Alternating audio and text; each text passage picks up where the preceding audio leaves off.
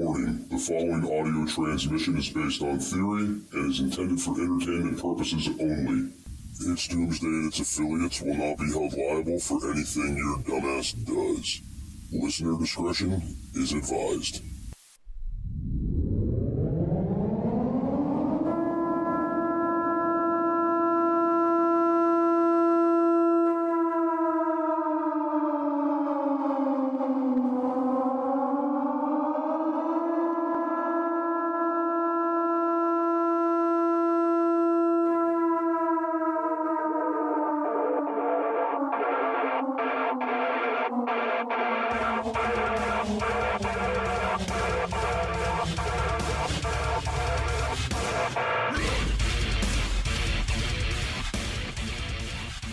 Yeah, I don't think they're going to let you have a budget that rolls over every month. It'd probably be like something to the effect of like if you don't spend it, you do lose it.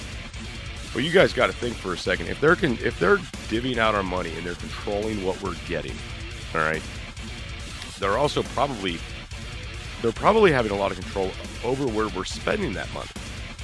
So maybe me and Jake end up neighbors in government housing with our $2,000 a month budget. But let's say they put a grocery store right out front of our house, right? And then right next to it's a McDonald's. And then right down the road from that is just another row of houses in same kind of setup. To where they don't just take, your housing rights away and where you can live in the freedom of that, but also the idea of where you could spend that money. Like only at these places, only at these local areas, right? Mm-hmm. So your money is funneled into the corporations because you guys got to think, man, fixed income takes away freedom, right? It's a lot of restricting for sure. Right. A lot of people, I mean, there's not too many people out there that are on like disability or on Social Security income or Social Security retirement that, are living in a huge house. I knew a lot of people growing up who were on disability or not, Social Security income because we lived in like I don't want to say it was like all low income where we lived at, but my county I lived in was very low income. And it was a low income high school, all these things. So we had housing projects set up all around the area. Mm-hmm. Right. And I ended up becoming friends with a lot of these kids. A lot of their parents were on fixed income, Social Security. I don't know if it was disability or whatnot, but everybody in this system that they had the same exact living arrangements. Right. And it's if you had 5 kids and you were on the system, guess what? You got a bigger apartment in the hood. That's how it worked. And moving around a lot was a frequent thing. For a lot of these guys, moving was frequent. And, this is what causes a lot of these people to go down very dark and bad roads and like very depressive roads, very illegal roads, because just lack of income, lack of options, lack of things. It sucks. Yeah, I can see that happening. I know, for the sake of this conversation, I can tell you for sure that if I'm not able to use my creative talents, I'm going to get bored and I'm going to get myself in trouble doing something stupid probably. Well, I mean, I'm just, the reason why I gave that example is because, I mean, that's like what I see this as, like limited income, limited housing, us all forced together, and a lot of bad decision-making happening. Right. And just all overall health of Americans going drastically downhill. Right. And back in the day, it was funny. Back in the day, it was like you had to have a job. That was the big thing. Like you have to be working. Like you don't work, why? Like that was always a big question. Nowadays, like everybody knows that I don't work. We have the restaurant. That's our primary income, right? Mm-hmm. And I do this show.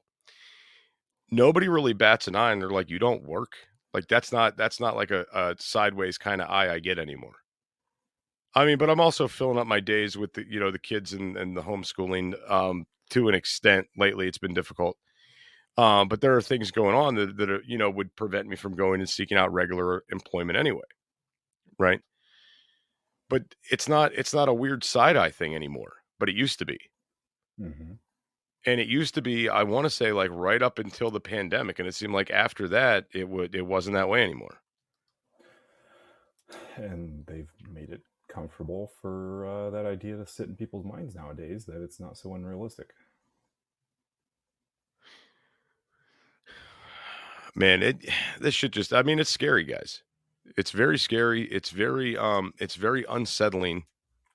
And I think that we should all just be kind of aware and watch what's going on around us and seeing these things as they're happening. AI is definitely, this AI thing Jake was talking about, the CPT. That's right? CPT. I don't have the page pulled up anymore. GPT is a very scary thing. And what the potential applications for this are going to be are wild.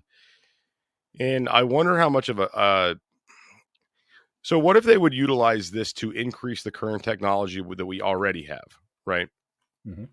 And we see this huge spark in technology coming out, like going from 0 to 1,000 miles an hour with this.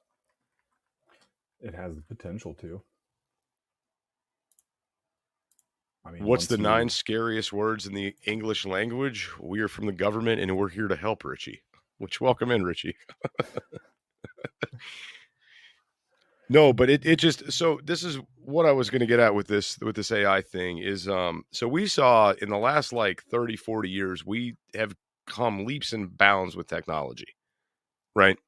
Yeah, absolutely. 30 years ago, if somebody would have told you you'd have a smartphone in your hand that would be your planner, your calculator, your phone, your digital camera, your access to the internet, your MP3 player, like all these things, you'd be like, nah, there's no way. You couldn't fit that all in your pocket. You couldn't fit that into a phone. Like, there's no way. You'd have to like pack luggages to take all these things with you. Sure. Now we have it. And it's advancing more by the day. And this AI conversation is not a new one. I've had this conversation before, and it's the same as it's always been. It's always that, yeah, right mentality. We'll see about that. It's like, okay, man, and I get some of the thinking of some, some of the mentalities. I truly do understand. But there are some people who just, they're not going to want to accept it. And, everything's fine. Everything's the way it's always been. What are you talking about? Everything's, the internet's not real. I've had people tell me not to get upset because the internet's not real life. It's like, yes, that's quite literally true. But what you need to understand is that it's becoming more and more real life. And that's the concern that you should you should have, is that it's becoming more and more real life as we go. We're living more of our lives online now than we ever have, and it's going to get to a point to where we'll be doing that 24/7. And for me to say that 5 years ago, I can understand the whole, yeah, right, that doesn't make any sense, that's not the real world. Okay, true. But nowadays it quite literally is. You have to understand, I've tried to have these conversations and reason with people, people that I know and people that I work with and people that I speak to, and they're just very unwilling to accept that things are changing. And that blows my mind. Well, dude, you got to think about, like, I swear the pandemic hiked this up for a lot of people. It really did. That's what got a lot of people on the TikTok and being glued to social media, and people were stuck with nothing to do all day, right? And they became very comfortable shopping online and utilizing voice calls and learning how to do things on their smartphones, right? I mean, is you can't really go into a cell phone carrier anymore and just be like, hey, I just want a basic phone. I don't want a smartphone. I want a regular phone. They don't have them, right? Yeah. They don't really have the whole flip phone thing going on anymore, and all that stuff. No, it's you have to get a smart device now. There's not really an option. All right. Yeah. So you think about it. they got all these, and this was an option that pretty much was done before the pandemic. So you get everybody has a smart computerized smartphone in their pocket. Now you're sticking them home for like 6 months to a year so they learn how to use it. Mm-hmm. I wonder if it was by design. It couldn't be. Nah, you're right. We could trust our government. Yeah, of course. That's what I've been saying this whole time, dude. Like, they're here to help you. Absolutely. Hey preppers, do you want 10% off survival food? Go to www.readywise.com and use code DOOM10 at checkout for 10% off all your survival food needs. Again, that's code DOOM10 at checkout at readywise.com, DOOM10 for 10% off at readywise.com. We should just give them all our information as well. Why not, man? And if you guys don't feel safe, your government's here for your best interest, But if you don't feel safe, that's that's your problem. So I had a conversation with my son earlier, dude, and I may have scared the shit out of him a little bit. So we're driving down the road, and I was like, "Oh crap! I gotta get him a new Social Security card, right?" Yeah. And I gotta get him a new one. And we're driving there. I was like, "Crap!" I was like, "We gotta do that this week, dude. We gotta get you the new Social Security card." And he starts asking me like why he really needs it or what it's for or something. Like, what's the purpose of having that, basically, Dad? And I was like, well, it's kind of like your own serial number. And he was like, what do you mean? I was like, well, they utilize this to track your gun purchases and your healthcare bills and your credit and your work and where you live. And it's basically so they can keep tabs on you. And his eyes got a little bit big and he was like, oh shit. It's like, yeah, they utilize that number for everything, dude. But it is a little bit scary how I put it to him. And I didn't mean to do that, but that's kind of just what came out because I'm so used to preaching about this shit all the time. I just blurted it out. I was like, it's your serial number, dude. That's what it is. It is. Let's be honest, it is. It absolutely is. And I explained to him, I said, this is something that's really only good for you in the US. I'm not going to say it. There's a lot of countries, but there are countries out there that do not utilize a system like this. Right. Good. To where they're not tracking everything that their citizens are doing. There are some countries out there that do not have a system like this. Right. Sure. And there's also there's a lot of countries out there, they don't need this to run a credit check because they don't do traditional credit like we do here in the US. It's like, okay, have you made an income long enough? Yes. Do you have collateral that we can take from you? Yes. Okay. We're not doing a credit check. We don't do that here. So yeah, it's very interesting. It's very much a way to just keep you in check. I mean, that's all it is. Absolutely. And guys, you got to think this is like every aspect of your life that goes on these numbers. And so what's kind of scary about that now when we talk about the AI stuff and we talk about cell phones and things like that, you got to remember a lot of these cell phone companies, they have your socials on file, right? And those are tied directly back to your IMEI number on your phone. Okay. And they're there. So imagine that, Jake. Imagine somebody asking how can I get more ads about donuts to Jake Dials? And they utilize that AI technology just to come after your device because now they have it all. Listen, we already know my stance on ads, getting them slapped in my face by force and how I feel about that. Okay. I've had this conversation and I hate it. I think it's stupid. I was trying to find a really cool Dragon Ball Z video the other day. And, I get forced to watch an ad that's completely irrelevant, that has nothing to do with anything that I even like, or anything to do with Dragon Ball Z. And I just look at it with just this disgusted look on my face. It's like, what is this for? like the advertising model is broken. You know, that's a conversation for another day for sure. But I mean, it is. It's freaking broken. They just think they can just plaster any old ad over something. Like YouTube has no idea what I want or what I like. They have no clue. They've started to offer me ads in Spanish. Some of them have been in German, and a few have been in Italian. They have no clue what I like because I skip everything and I don't answer any of their stupid surveys. So they don't know anything. Dude, I get very tailored ads, like very tailored ads, because I'm the kind of guy that wants to research something a lot before I buy it. So I'm like reading about it. I'm Googling about it. So they're like, oh yeah, Jester wants this, he wants that. And I'll just see ads for it all day long. And because like I do so much with the ReadyWise stuff, dude, it's ReadyWise ads everywhere all of the time. Mine are like legitimately minor things that have no semblance of being in any realm like close to me, that have nothing to do with anything that I like or any of it. It would blow your mind. You would just giggle, because I do anymore. I just laugh about it. It's like, you guys are really trying. I mean, props for trying, but like, no, I'm not interested.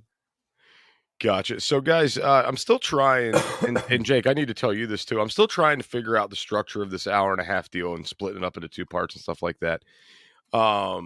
So I'm sorry guys, last show we did, I missed Collins. That was my bad.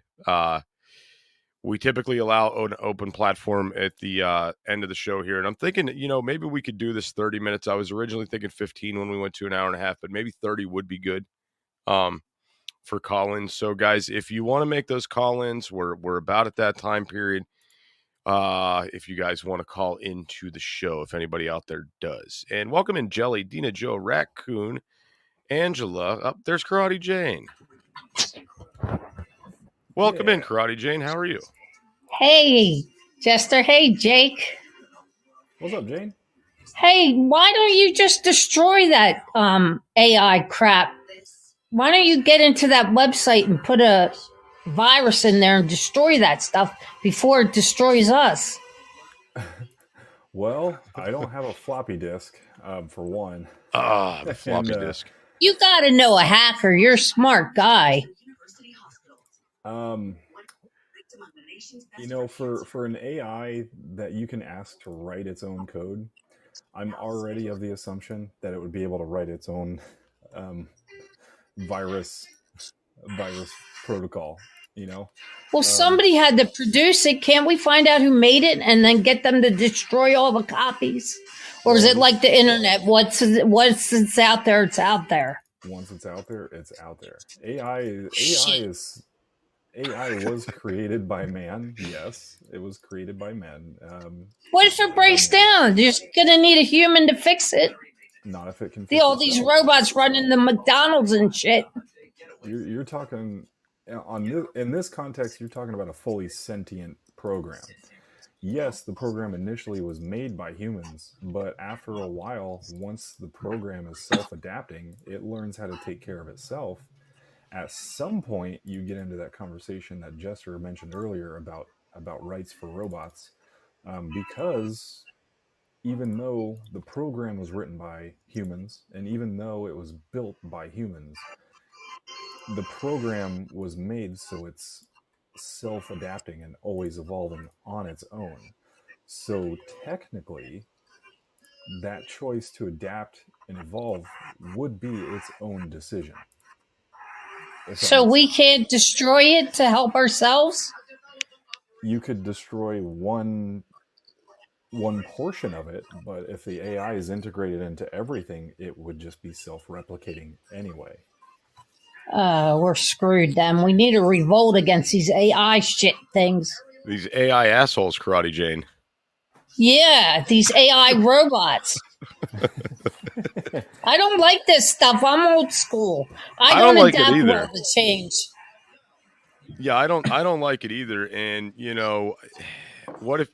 hey, couldn't it just be this simple, Jake? What if you just told AI to write a code to destroy all AI?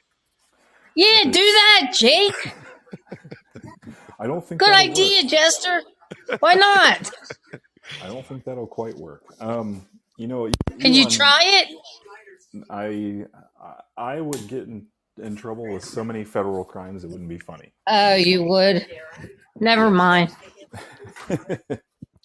I don't like it either, and you know, we've seen movie after movie about stuff like this, and you know, if you remember a couple of years ago, Elon himself even spoke out against the dangers of having AI integrated into human systems and how dangerous it would be, because it will be, and he's right. Yeah, they had movies back in the day about well, they called them like extraterrestrials, and aliens, but I think they meant like AIs too, and robots, and like Terminator movies and stuff.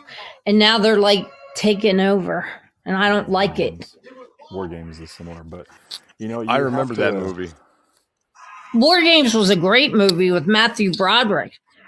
Yeah, it's still Tic Tac Toe. You can't win. Yeah, that's a great one. But I believe the conversation it points to is when you work with a system like AI, it's not a human system; it's its own system, and the difference is that there's no soul there, so there would be no empathy, only objectivity. So it would look at everything objectively, which on the surface. Well, what sadist motherfuckers made that shit? Who the hell was that evil that would make something like that? So the people that are designing this stuff, I don't think they're designing it necessarily for an evil intent. I think there's good intentions in mind there, and I think that it's, you know, how is this beneficial to society, not how this is going to destroy society, not realizing the roads they're going to go down with it. I don't think the conversation was ever how to destroy society at all. I think the intentions were all good, because you can use it for good things, you know. Yeah. Yes, you can integrate it with things like Neuralink, which is going to happen. It will happen, and you will do some wonderful things like cure people of epilepsy or seizures or, you know, quadriplegics, paraplegics. Oh, that's good. It is, but But how can we control the bad part of it if it has no soul? It's not that it's bad, it's that it's objective. It's not biased. Well, how can we unobject it? The problem is the human problem. The human problem is that we are fully in control of what we say and do all the time, every day. We have human, you know, we have our free will.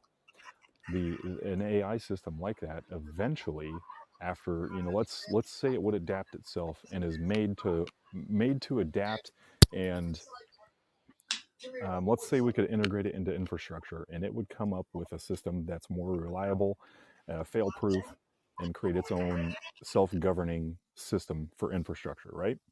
It would do it completely objectively, and what it would do would say, this grid over here is pretty stable, but you're going to have to knock out this line of houses in order to make it 100% stable.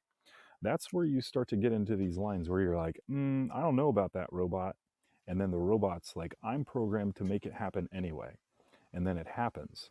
And then you can kind of see this like tilt shift of where it's like, well, I was removed from my home by robots because they brought in their AI powered excavators and demolished my home without any remorse at all, because the robot feels nothing. It is just doing what it's designed to do. And if it's designed to create a fully functioning 100% stable system like that, it will do what is necessary, which for us will make it look like it's evil, because it will be taking lives and essentially looking at us like we are the virus that it has to fix. So, Karate Jen, I had to mute you for a sec. Your TV was really loud, but I'm going to go ahead and unmute you. Yeah, I'm going to turn it down. Yeah, TV is super loud. So, guys, if you are calling in, you got some background noise going on, TV, stuff like that, please do turn it down.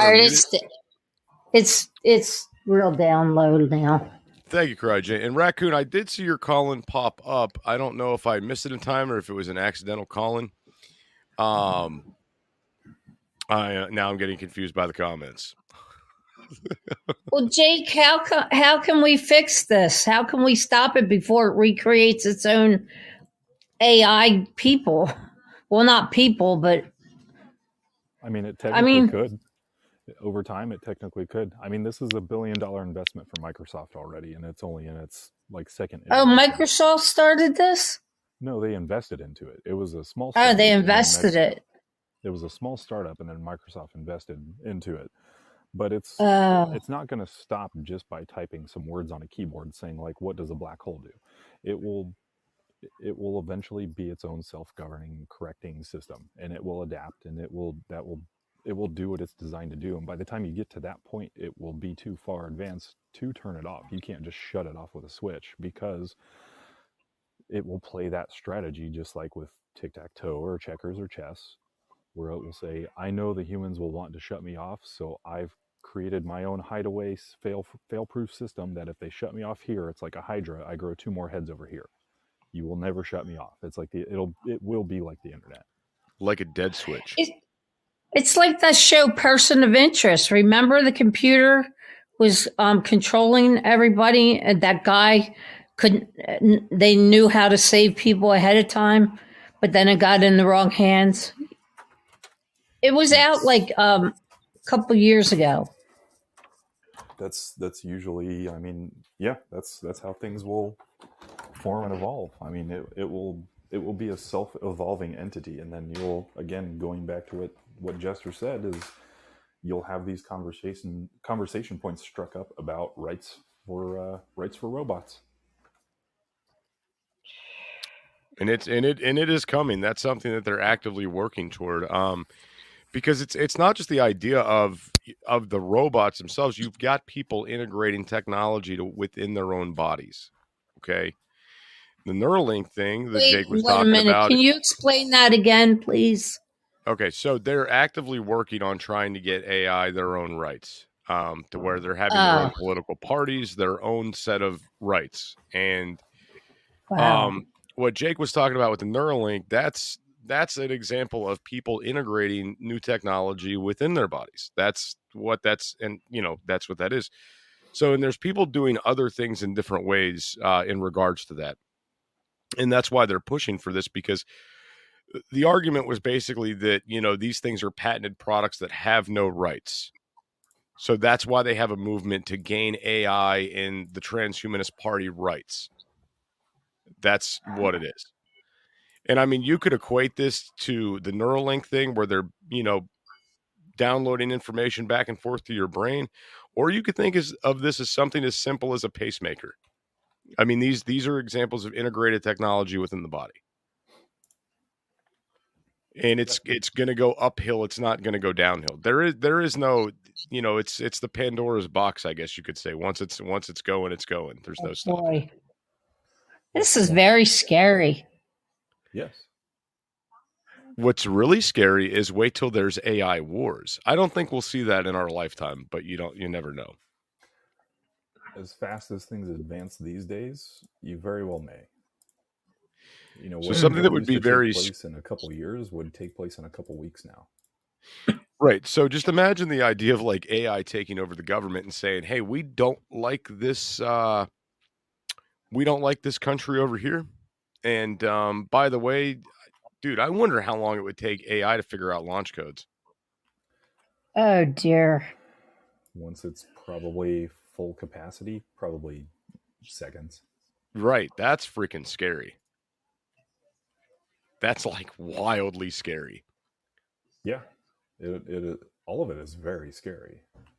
Legitimately, all of it is creepy. I mean, it has, like I said, it has the potential to be awesome for sure, but it has the potential to be terrible too. It's like a double-edged sword then. But if as much as I've thought about the capabilities of it, which are pretty much limitless, only based on what's limited in the world. I mean, if an AI program can create its own answers from its own interface, and if an AI, okay. And if the AI can be, you can ask it a question, it will give you its own answers based on what's readily available. What would stop it from advancing itself to be more efficient? And what would stop it from developing itself to be able to develop itself? Nothing. Nothing at all. So the more that I think about it, the more I can only see one destination in which we go from allowing this to be released into mainstream, which is just to the finish line. I mean, what steps could you put in place to keep it from going mainstream? So I think I kind of get what Jake is saying, like what he's about to say about this, but I mean, who do you let have power over this technology? Like, would you license it? Would you require a psych eval before you could utilize this type of technology? Like, what would you do? Well, if it's anything like what I think that it would be, like I said, it would be completely unbiased to anything. And once it becomes self-aware, meaning that it's aware that it exists in whatever realm it exists in, it would have the desire to want to continue, meaning it wouldn't want to die. So it would have to do some self-preventative maintenance in order to stop that from happening. So if you want to call it strategy, if I were an AI, I would totally create that front facade of, yeah, here's a shutoff code, wink, but really it doesn't do anything. I still exist. I'm just giving the humans the ability to believe that they have the power over me, but they do not. Does that make sense? I get it. It's still a powerless feeling though. But if you don't realize that you're powerless, you feel like you're all powerful.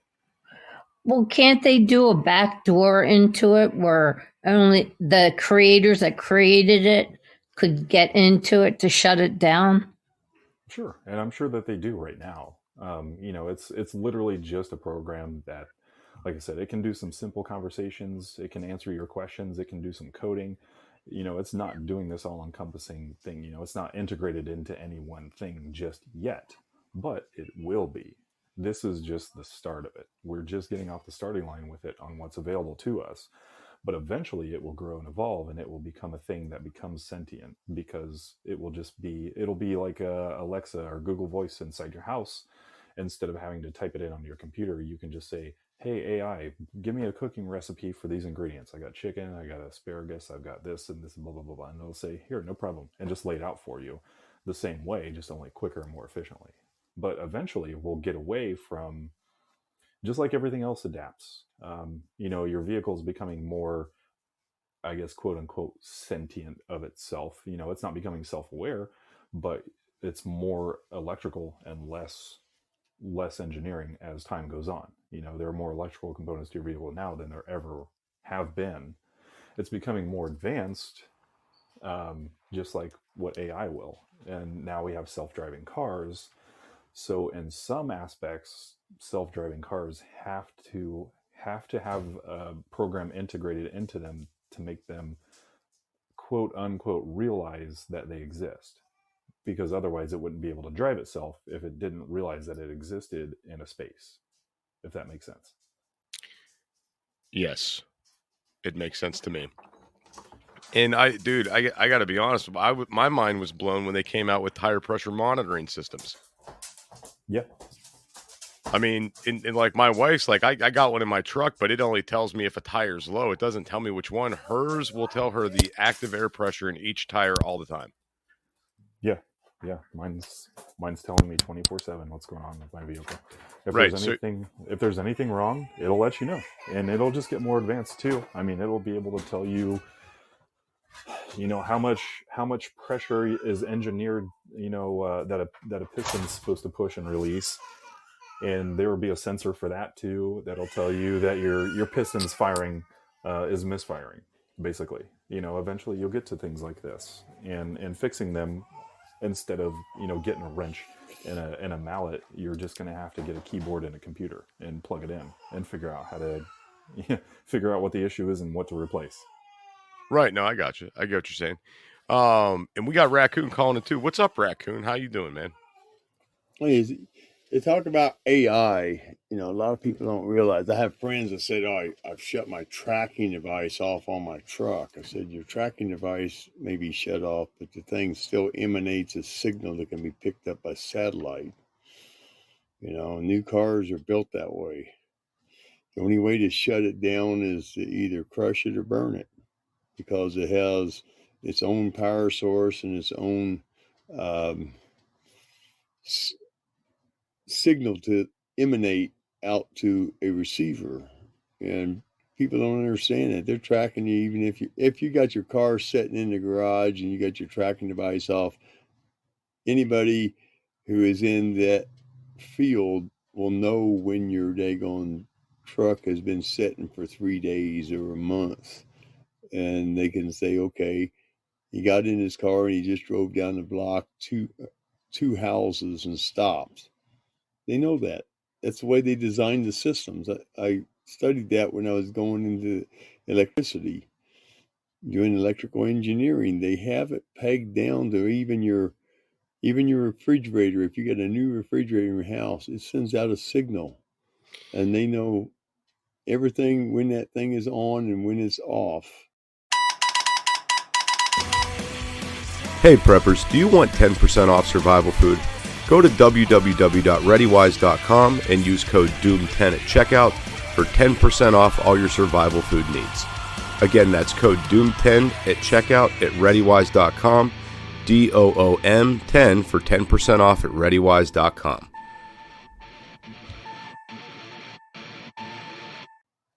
Right, The same thing with Alexa. It monitors you. They built this shit. Even your big screen TV you bought last year is monitoring your house. Right.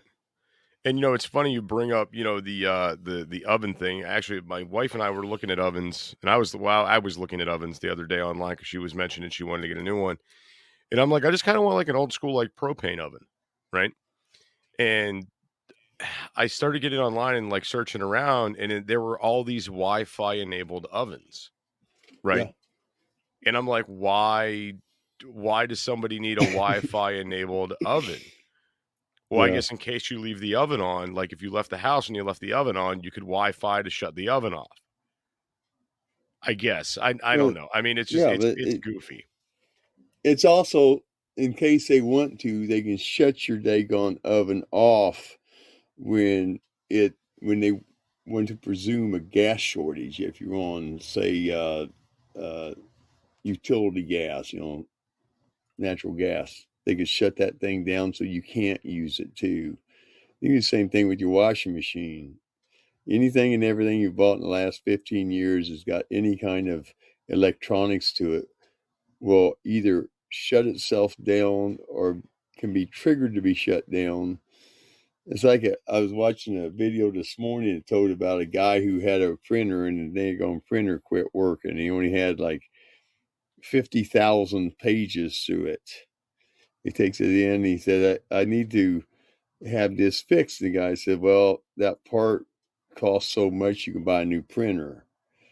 And then he got with some other people online, and this guy said, yeah, here's how you get by it. And this guy installed this little mechanism on the circuit board which regenerates the chip that shut down, so it goes back to a zero count, and automatically it starts copying again. I mean, that's the way they do these things to us. What you're saying is that what the hell is that? We have to buy things to replace. That was my phone call coming in. I was going to say, they make this stuff so we buy. Yeah, we have these things built into our appliances and all of our electronic stuff to buy more because everything's disposable. Right. I'm talking to my wife about this every day, Raccoon. It's bad. Yeah. And it's not stopping. I mean, we just bought, we put our house up about 2 years ago, our tiny house, and we got new appliances for it. Every single one of them is falling apart now. It's insane. Like, I mean, growing up in my house, man, we probably had the same refrigerator for like 20 years,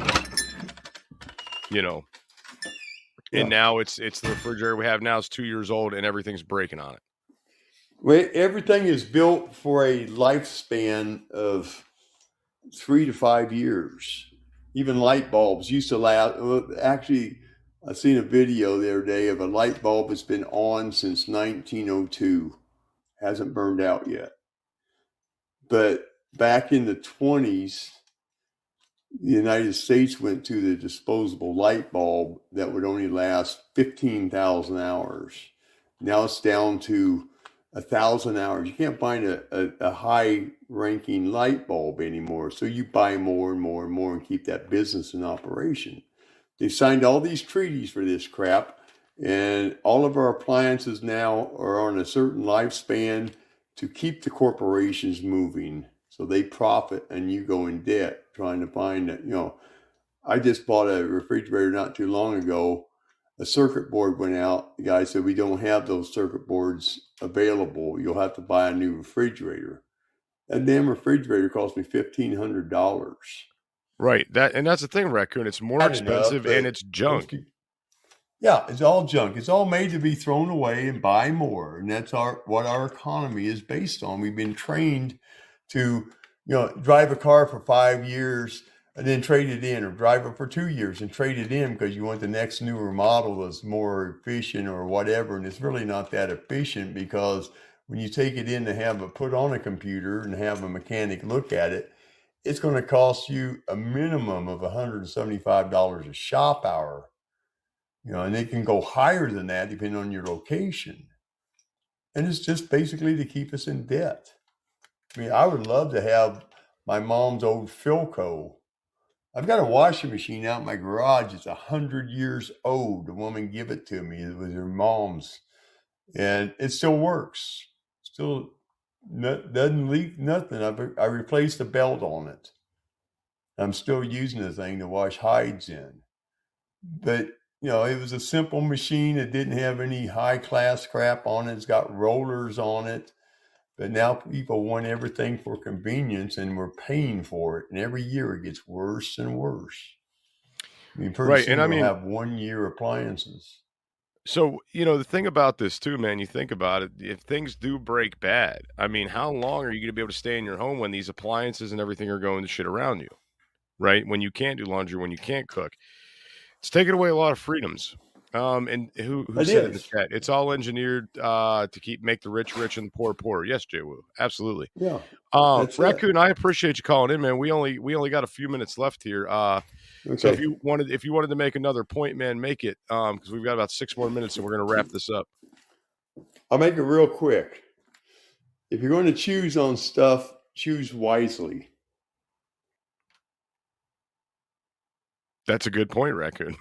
I wasn't expecting it to be so short, but yes, Raccoon, thank you very much. Yeah, absolutely, guys. And keep it simple. I don't want any of this Wi-Fi enabled stuff. I mean, it's already bad enough. We have the TVs and the phones. You're not going to see me go out and get a Wi-Fi enabled refrigerator or washing machine or any of that good stuff. I don't see the purpose of that at all. And Jake, you're still here with us, right? We've got 6 more minutes. Is there anything else you want to say before we get out of here, man? Sure, man. And just keeping in with the conversation about all this, just be very mindful as time goes on, deciding whether the convenience is worth the risk. Because that's going to be the conversation nowadays. It's not so much your safety, because a lot of things are built very safely. It's a matter of risking is the convenience worth the risk of giving up what you're supposed to do as a human. Humans were meant for some very specific things. We're designed to continue to keep moving. We're designed to have goals to work toward. We're designed to be motivated, risk versus reward. So we have to weigh these things out. And I think the next conversation piece isn't necessarily going to be the convenience of it, but the risk of the convenience of having it in the first place. Right. I agree with that. And guys, when we say this stuff, it's not, I know it's scary. It's not to be scary. It's not to fear monger, but it's just to, be like, hey, this shit's coming. So, get prepared for it if you can, or, be prepared to cope with this mentally when this stuff's coming. 2023 is going to be a shitty year. I don't know what kind of tricks they're going to pull on us. I don't know what all's coming. But I'm telling you what, things are about to get harder. And I'm going to start preaching it now because it's 2023. Guys, start stocking up on canned food while you can, while it's cheap. Even though we make money off the survival food and stuff like that, my goal is to ensure survival. The best way you're going to do that to get around these high prices and things that are coming like that, especially if you have kids and you got a bunch of mouth to feed, start hitting up the dollar store, start hitting up Walmart, buy canned goods, stuff that you like, that you know you're going to eat.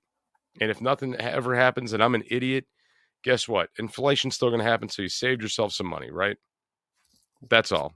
Start to learn how to barter and talk to your neighbors. That's another good point too. Yes, Jake. But we're coming into some tough times. He's not wrong at all. 2023 is going to be a very rough year, you guys. I don't fear monger. I just look at the numbers, and it's going to get rough. And guys, do remember too, man.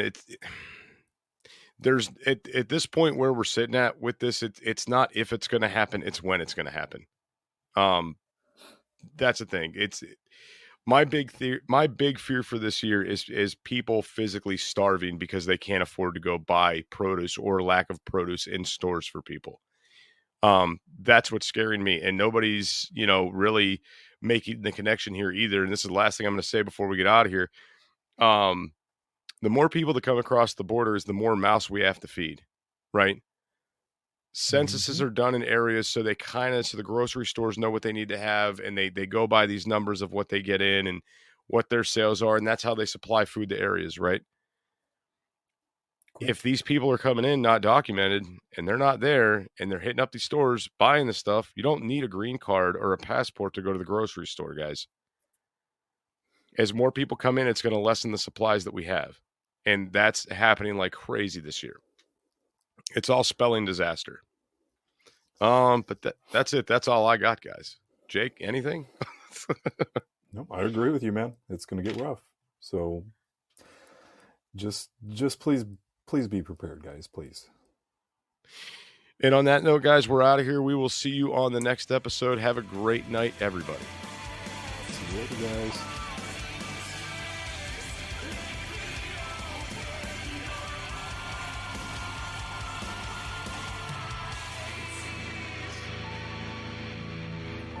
This is an emergency action message. At approximately 1 a.m. Eastern Daylight Time, NORAD is tracking 15 ICBM nuclear missiles inbound to the following cities: Orlando, Miami, Pittsburgh, Dover, Newark, Richland, Philadelphia, New York City, Baltimore, Los Angeles, Las Vegas, Boston, Seattle, Detroit. This is an extremely deadly situation. Stay tuned. The next emergency message will be a presidential address.